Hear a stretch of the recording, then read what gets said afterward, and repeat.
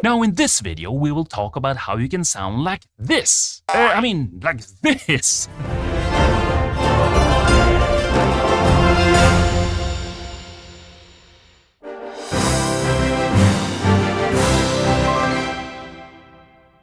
Hi there, this is Sam with Second Tier Sound. Really nice to see you here. And no, I hope I don't disappoint you too much. I'm not gonna do this in Swedish as I said in the previous video. I hope you understood that. Anyway, I've been thinking for a long time I should compose something just using the instruments from the Fantasy Library by EastWest's. It's been out almost a year now. Am I missing things? Anyway, it's been out for a while and I thought I should do this. And finally I got to it and composed a piece of music that you can hear at the end of this video. Now it's a little bit different music, perhaps not what most people think of when they think of this library and fantasy music, but I had lots of fun and I wanted to share with you. And I also wanted to share with you what I think about the library and what it sounds like. So we're gonna look at that first and then you can hear the music at the end. And if you're a patron of mine, you will obviously get access to all the MIDI files and the stems even. Let's get on with the review composition video.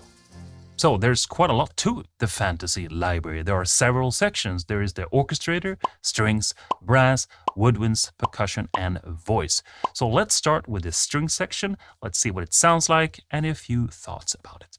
So let's start with the dulcimer. And just wanted to say that a lot of people probably think of the hammered dulcimer or the santur when they think of dulcimer. And as you can see here, this is not a hammered version. It's more like a guitar version. To me, it looks like what they call a mountain dulcimer, which is an American instrument.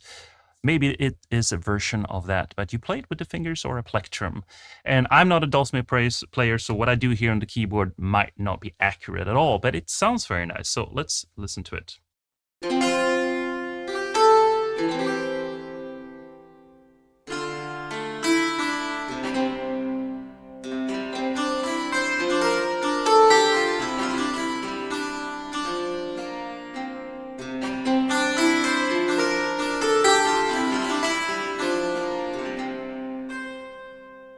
It's a very beautiful sound. I really like it. Let's briefly talk a little bit about this interface. Now, I won't go in depth in this video, and if you really want to know more about the Opus engine, I recommend my other videos about the Opus engine, where I will show you everything. But I wanted to highlight a few things.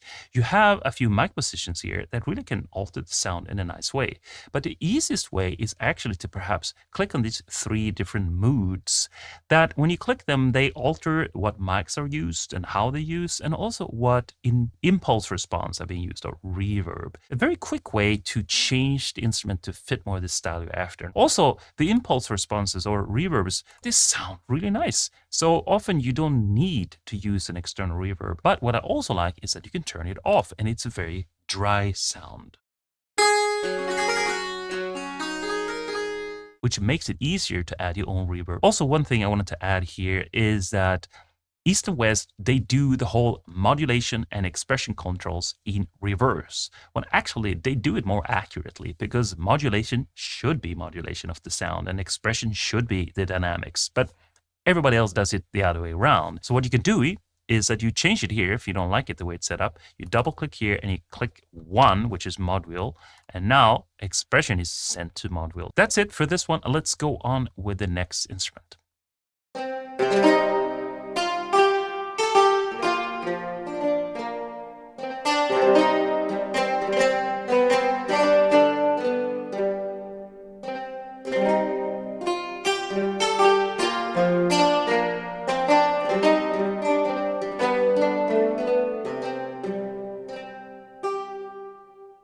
Again, a very beautiful sound. I really think EastWest have done an excellent job here.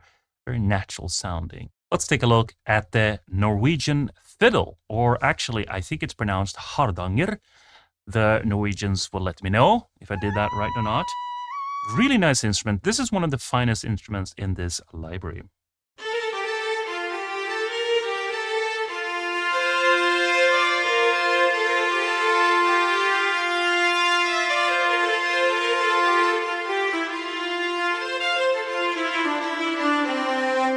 So it's a little bit tricky to play because there's a lot going on in the script here, which makes the legato transitions very nice. And they also done this thing that you can actually hold one key down in the legato samples and still play.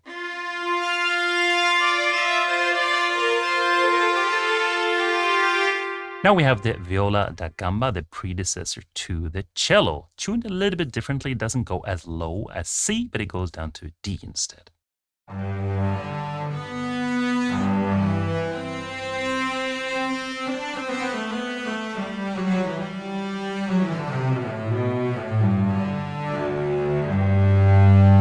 Then we have the violas and the violins, which is a great performance patch, you could say, when you really get that emotionally big string sound by layering up those instruments.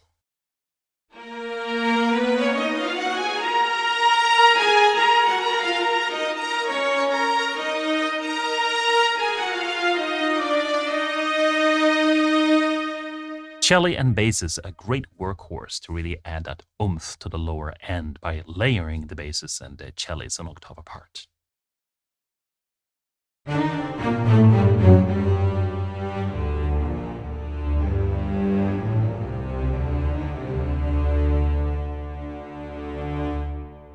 So the string section is definitely my favorite. Sounds really nicely. I love the Hardanger, I like the Viola da Gamba, I like the Lutes, I like the extra ensemble pieces. It also has a great hurdy-gurdy that I didn't show you. Very snappy, loads quickly. My only two gripes with it is that why is everything in 3? My theory about that is that it makes it a very beautiful ensemble sound, and you can also add sort of badly played notes, a little bit out of tune or stuff like that. That makes it sound more realistic. And the sound is very beautiful. But also, I miss solo instruments. Why not just one lute, which is sort of the more traditional sound, or one of any of the instruments? I also do want to say that the scripting on Hardanger is not bad, but it is quite a lot of stuff going on there, so it creates a lot of latency. Something to think about when you play. It's hard to perform live because everything happens a little bit later. Now, everybody who has done this for a while know that's how it is with advanced legato libraries, but just wanted to mention it. The Fantasy Percussion is a very decent library. It has lots of instruments. Let's take a look at a few of them. Let's take a look at the Nagara and Ashiko.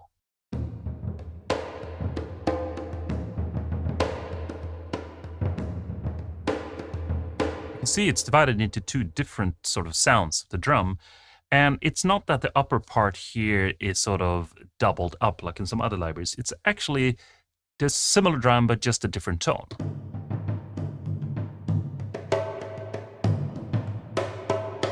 I wanted to show you the Bodhrans because it has that very specific medieval sound that you really might want.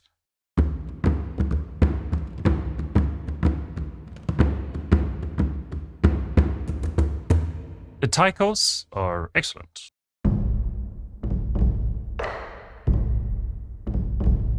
And up here you get a different version of it.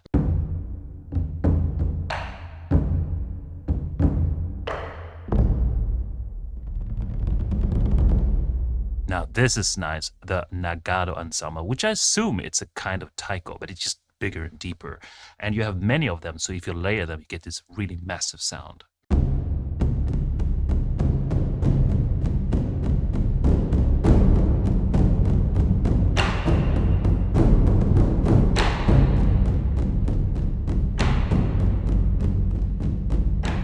The Orch bell ensemble is sort of not perfectly tuned tubular bells.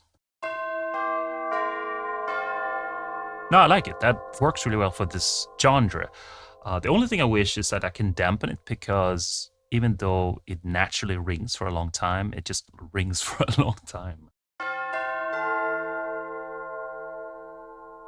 Fantasy Percussion is one of my favorite also. It is very diverse, has a lot of interesting drums. Some of them I don't even know of, but more of the medieval, grittier sound, interesting metal sounds, and can create some really interesting fantasy textures. So don't expect sort of the normal orchestra bells and whistles, so to speak, but you can do quite a lot with these things, and quite a nice range of lower drums especially. The snare is perhaps a little bit overwhelming because it is that older snare, really big and round and not so snappy and high, if that's what you're looking for. The only gripe I have that nothing is time synced, and Maybe that's normal with EastWest, but we're getting spoiled today. It would be nice to have roles and things that you can control a little bit more. But otherwise, I like this one. It's a good sounding percussion library. Let's take a look at the Fantasy Winds. Irish whistle high.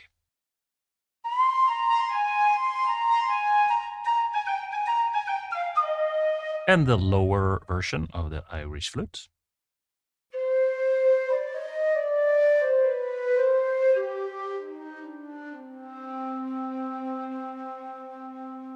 Then we have the Renaissance flutes, which I'm scratching my head a little bit because you look at the picture and that looks like a recorder to me. And this doesn't sound like a recorder. This sounds like a normal flute.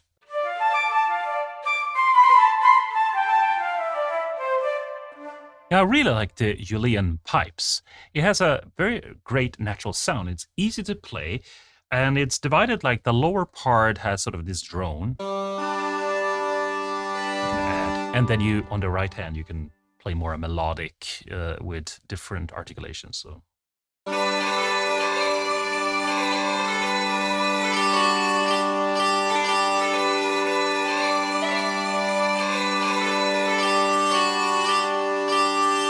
And then for your Zelda fans, we have an Ocarina.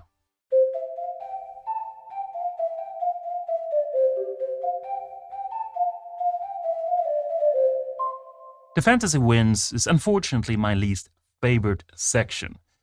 I'm not going to say it's bad or anything, I just feel it's underwhelming. My favorite instrument there is definitely Uilleann Pipes. And I also wonder about the whole Renaissance flute idea, because there's a picture of a recorder, and then I expect a recorder sound, which is also a little bit more medieval sound to me. And I also lack solo instruments. I think that's quite important to have that, especially to get a medieval sound, but also clear sound. So in the context of a whole orchestra and an orchestrator, it works really well. It has that gritty sound that works with this style, but again, a little bit underwhelming, this one.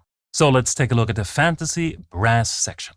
Now we have a Flugelhorn. I'm very happy because quite a few libraries don't have Flugelhorn.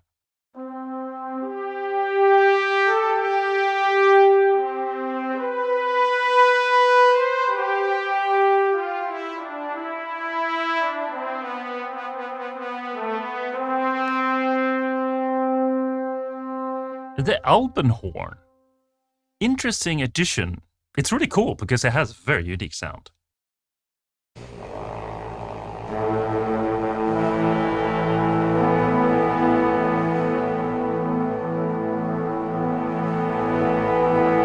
And it adds quite a nice texture to a whole orchestra, but otherwise it's not the most playable instrument. You pretty much got a few notes mostly on each horn. So it playing lines and stuff, I don't know. But long, nice drones, it's excellent for that.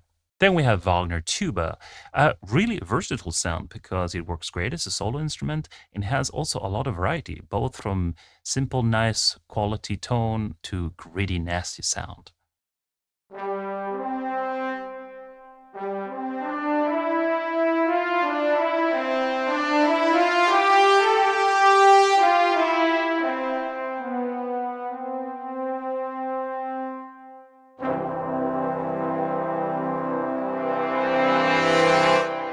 The low brass ensemble works pretty much like the string low ensemble. Very versatile and great sound for the low end.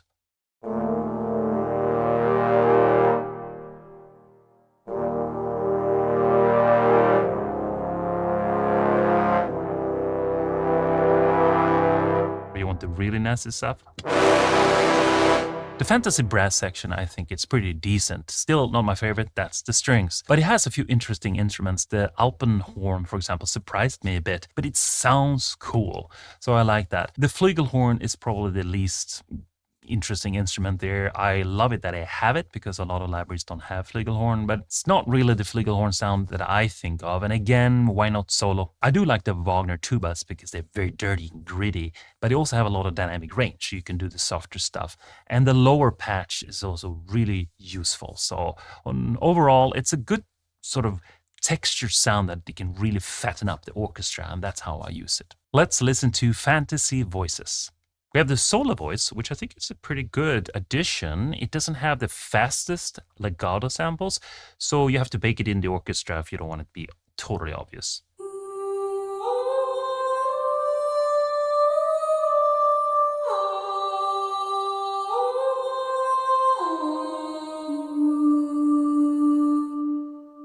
Then he also has, I can say, not phrases, but a bunch of different sounds or vowels that are really pretty. But since they're so expressive, it's hard to play melodies with it. It's more like one chord, you know.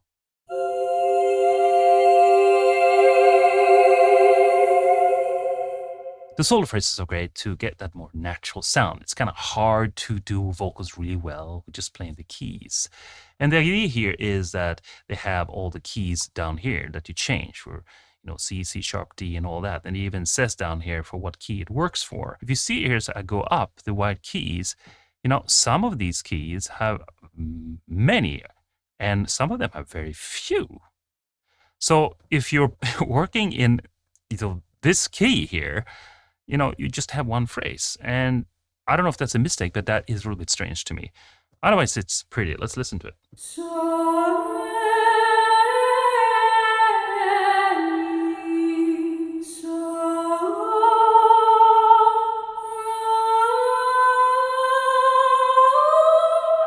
Then you have quite a lot of solo words, and I like the idea, but you have to be a little bit aware of how it works. You hit the key and you hear the whole phrase. Now, it's also not time synced in any way, so you have to find a phrase that really works with the tempo. One thing to note is that it's set to legato by default, and you would think then that you could play the melody with the words, but you can't. You will only play a legato sound and then it finishes on the word like this.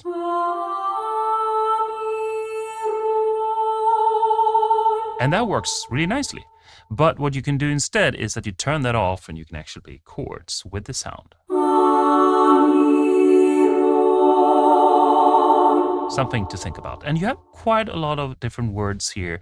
And if you play with this and match it up with the solo voice and the phrases, you can actually create quite a nice performance. The full choir is, in my mind, the better patch here. The other ones are really good, but this one is very flexible. And I think it is because EastWest have great experience with choirs. So not only is it very dynamic,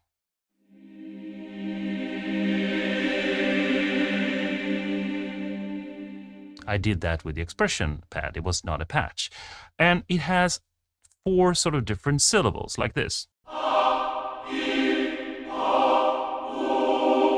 And just like that, you might feel like, okay, well, that's not so much, it's just a, I, o, u. But if you really program this in and pay attention to this when you listen to my demo later, you know, it fools anyone. It sounds really nice. If you just, I don't know if I can do it here directly, but...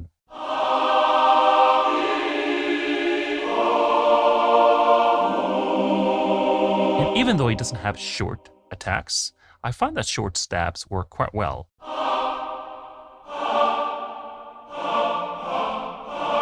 Especially in the context of an orchestra. So this one, yeah, I like it. The fantasy voices is a really nice addition to this whole fantasy section. It really adds texture and personality to your compositions. It's quite simple. It's nothing to write home about, but it works really well within the context. The choir is very simple, but that really works. I really like that. I find it so simple and flexible that it's something to think about, not overcomplicating things. The phrases and words and all that, they're harder to work with, but it's still nice to have because it adds some realism. Let's take a brief look at the orchestrator as well. Let's take a look at this full orchestra and choir long.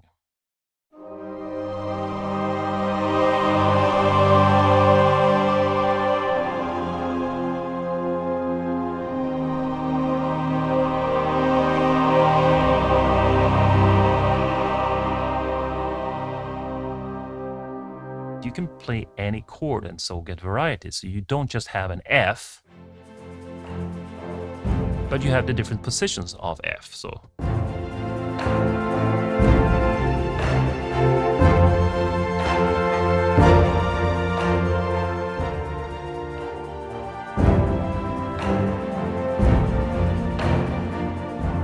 but also with the mod wheel, because it's mod wheel control, not the expression, you get different dynamics.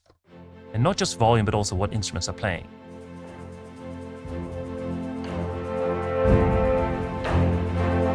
So here's Ancient Myth.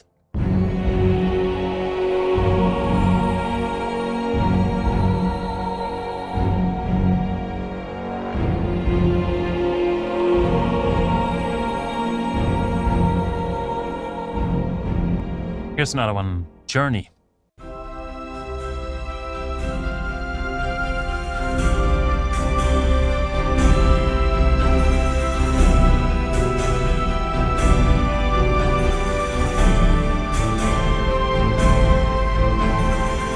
And also, it adapts directly even if you make changes within the chords, which makes it a lot easier to play. There's a lot of great patches you could try out here, and if you have the subscription model, I recommend you do.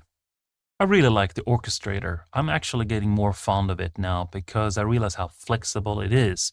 For example, other companies, they have sometimes an orchestra patch, which is sort of one sound really that is dynamically going up and down. And that works fairly well, but it's really limited in what it can do in terms of chords and notes. This is actually an engine playing the sounds it already has, and that makes it way more flexible. You can change chords anytime you like. You don't have to wait for a cycle to play a rhythm. You can leave out notes, you can do dynamically in and out, you can take out instruments just muting them, or you can put all the MIDI data into your DAW and change it around the way you like it. But it's just the best ensemble patch out there, and it's great for coming out with good sounding ideas that you can often leave in. Now, I probably don't use the scores that much because everybody else does, right? And it does sound a little bit repetitive, but it can be a great starter of something. I also wanted to show you this piece, not just to show off, but also to show you a little bit what's possible to do with this library. You will hear some instruments I didn't talk about in this piece. A little bit sort of Swedish, Irish folk music, I don't know what to call it. Hopefully enjoy it, and if you're a patron, you have access to the MIDI files and the stems over there. So let's take a look at it.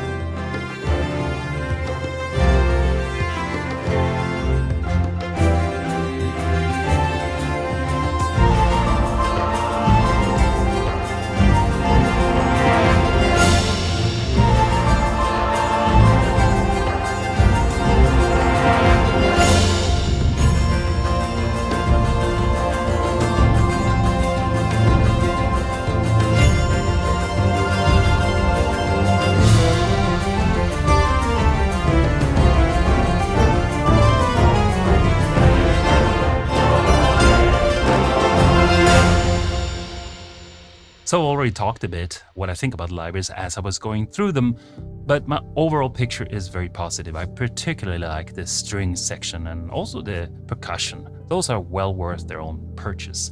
Otherwise, a subscription model is really good, and you can always try a month to see if it's something for you. Now, I'm not trying to sell you this subscription. I'm not sponsored to do that. I just think that it's a pretty decent subscription, and you do get a lot of other libraries. And now you get even more sounds, a different quality more a fantasy sound, which I really like. So the overall package, even though I find some of the instruments a little bit underwhelming in terms of what you can do, sounds very good. It's very well put together, and it comes together really well in the Orchestrator, which I also highly recommend. And for those that say that the Orchestrator just makes people who don't know what they're doing sound better and all that, get out of here. Seriously, it's a great tool to speed up your work process. And if you don't know what you're doing, you're not going to sound great anyway. I use it in a way to get inspired, or I use it as a ensemble patch, and maybe then I have to tweak it anyway in order to get it right. So great tool. I really like what doing. This Orchestrator is quite unique. Now to nitpick a little bit again, it's like there's no solo instruments here, and it's really sorely missing. The sounds are very good. That ensemble feel is excellent, but I know this is super picky, but the images, what were you thinking? I mean, why not have a little bit more interesting medieval or fantasy feel? Especially in the percussion library. You go there and it's just a generic new picture of a floor tom, and it just takes you out of the mood, and I think, really, come on. And also want to say again that the Renaissance flute, you see a recorder, interesting to me. But I had a lot of fun creating the music. It's a very snappy engine. It loads very quickly. I think it's about 10 or 11 gigs for all of those instruments loaded at the same time. So if you have the subscription, go and try it out. Seriously, it's really fun. And if you need that sound from the strings, that might be worth a purchase. But anyway, that's it for this review. I hope you enjoyed the piece, and I hope you enjoyed the review. Thank me by subscribing, hitting the like, and all that stuff. And I will see you soon in the next video. And until then, take lots of care.